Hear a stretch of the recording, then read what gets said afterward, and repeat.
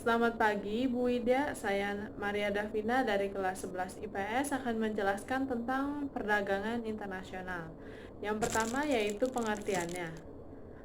Perdagangan internasional adalah kegiatan jual beli antara suatu negara dengan negara lain, baik berupa barang maupun jasa, dan dilakukan melewati batas negara tersebut. Yang kedua yaitu faktor pendorong dan faktor penghambat kegiatan perdagangan internasional. Yang pertama yaitu faktor pendorongnya, perbedaan sumber daya alam. Sumber daya alam suatu negara berbeda-beda dan memiliki jumlah yang terbatas. Dan hasil pengolahannya pun juga ikut berbeda dan terbatas. Sehingga diperlukan kegiatan jual beli antar negara untuk melengkapi sumber daya alam suatu negara. Yang kedua yaitu faktor produksi. Adanya perbedaan biaya faktor produksi. Misalnya suatu negara ingin menciptakan barang baru, namun bahan yang dibutuhkan di negaranya harganya lebih mahal. Jadi mereka membeli barang dari luar karena harga yang lebih murah dan kualitasnya yang lebih baik. Yang ketiga yaitu perbedaan selera.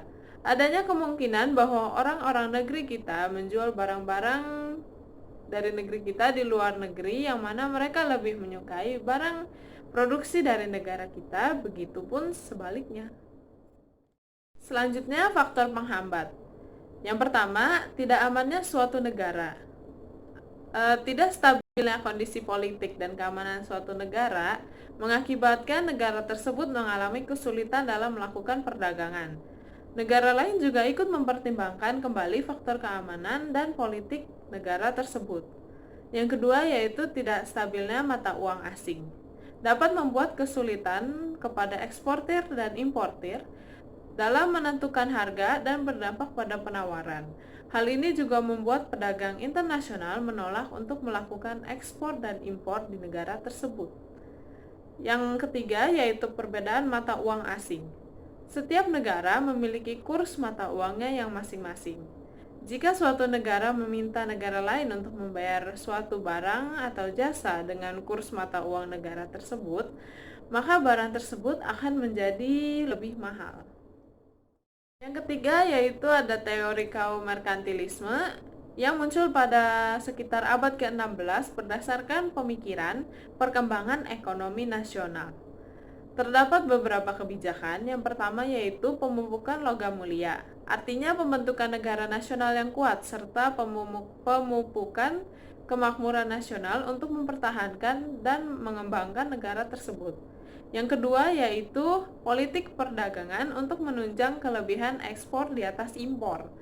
Setiap politik perdagangan ditunjukkan untuk menunjukkan kelebihan ekspor di atas impor atau neraca perdagangannya selalu aktif dengan cara kegiatan ekspor harus selalu didorong dan kegiatan impor yang harus dibatasi. Kegiatan ini bertujuan untuk memperoleh logam mulia.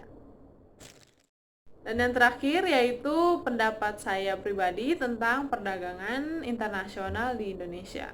Perdagangan internasional di Indonesia mengalami peningkatan dan juga penurunan karena adanya defisit. Contohnya saja pada April 2019 defisit 2,5 miliar dan kembali mengalami defisit karena kinerja ekspor dan impor yang kurang baik. Namun, adanya defisit tersebut, pemerintah dapat mengusahakan perdagangan internasional di Indonesia agar menjadi lebih baik dan maju secara pesat, baik dalam perdagangan perminyakan maupun non-minyak, dan juga dapat merevisi atau meningkatkan kinerja yang semula kurang baik menjadi yang lebih baik lagi.